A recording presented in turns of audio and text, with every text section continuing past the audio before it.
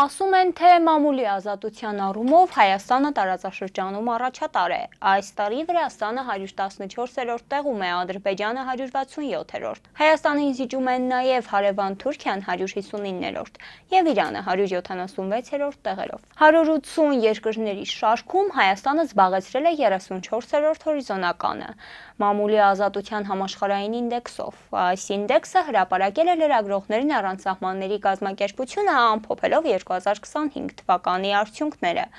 Հայաստանի Հանրապետության Սահմանադրության 27-րդ հոդվածն էլ երաշխավորում է խոսքի ու մամուլի ազատությունը, որ պատկերացնենք, թե ինչքան է դե յուրե կարևորված մամուլի ազատությունը, նույնիսկ հատուկ օր ունենք նվիրված դրան։ Մայիսի 3-ը մամուլի ազատության միջազգային օրն է։ Բայց դե իրականությունն այլ բան է ասում։ Հայաստանում լրագրողները թիրախավորված են հատկապես նախընտրական շրջանում, նրանց նկատմամբ բռնաճնշումները գնալով ուժեղանում են, դրան գումարած սպառնալիքներ, տեղեկատվություն չտրամադրել, հավատարմագրումներից զրկել եւ այլն։ Բայց դե մեր գործը այս ամենը քաղաքական տեսության շրջանակներում բացատրելն է։ Քաղաքական տեսության դիտանկյունից մամուլի ազատությունը դիտարկվում է ոչ թե որպես ինքնանպատակ արժեք, այլ որպես ժողովրդավարական իշխանության վերահսկման հիմնարար ինստիտուտ։ Լիբերալ դեմոկրատական մտածողության մեջ, որոնց հետևորդներից են Լոքը, Միլը, հետագայում նաև Դալը,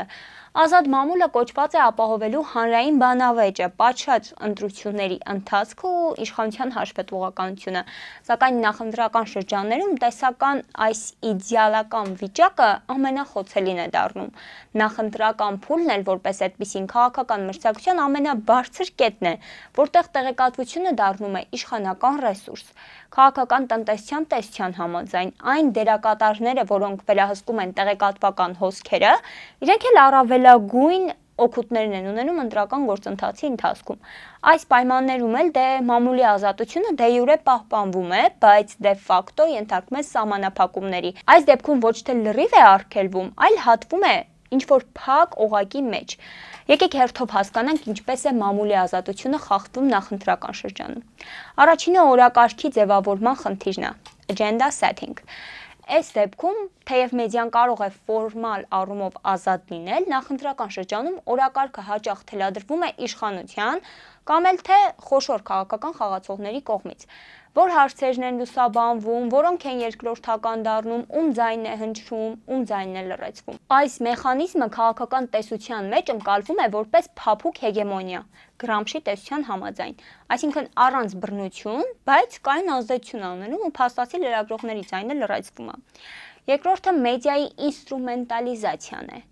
այսինքն պլուրալիզմի տեսությունը ենթադրում է բազմաձայն մամուլ։ Եթե գիտեք, պլուրալիզմ ինքը նշանակում է բազմակարծություն, բայց նախընտրական շրջանում այդ բազմազանությունը դառնում է ձևական երևույթ։ Մեդիան բաժանվում է մերոնքականների ու նրանց միջև, իսկ լրագրողները դե իհարկե դառնում են որևէ քաղաքական ճամբարի խոսափող։ Թեկուզ եթե լրագրողը ճամբարական էլ չի լինում, իշխանությանը դուր չի գալիս այլ կարծիքի արտահայտումը նման վճռորոշ փուլում, որտեղ ինքը խաբելով ժողովրդին ուզում է հասնել հաջողության։ Երրորդն էլ ռացիոնալ ընտրության տեսության տրամաբանությամբ լրագրողն ու խմբագրությունը նախընտրական շրջանում հաճախ հաշվարկում են ռիսկերը, օրինակ դատական հետապնդում, լիցենզիայի խնդիր, ֆինանսական ճնշումներ, ֆիզիկական անվտանգություն, ու դրա արդյունքում ազատությունը չի ճնշվում վերևից, այլ իրենք իրենց սահմանափակում են ներսից։ Սա ամենավտանգավոր ձևն է, քանի որ անտեսանելի է ու դժվար չափելի, իսկ իշխանությունն էլ ասում է ես ոչինչ չեմ ստիպել ոչ ոքի։ Չորրորդը ազատության և կայունության կեղծ դիլեման է։ Նախընտրական շրջանում իշխանությունները հաճախ արդարացնում են մեդիայի նկատմամբ վերահսկողությունը, դրանք անվանելով օրինակ հասարակական կայունության, ատելության խոսքի կանխման կամ պետական անվտանգության անվան տակ։ Քաղաքական տեսության մեջ սա դասական լարվածություն է ազատության ու կարգուկանոնի միջև, որտեղ ազատ մամուլը հաճախ զոհաբերվում է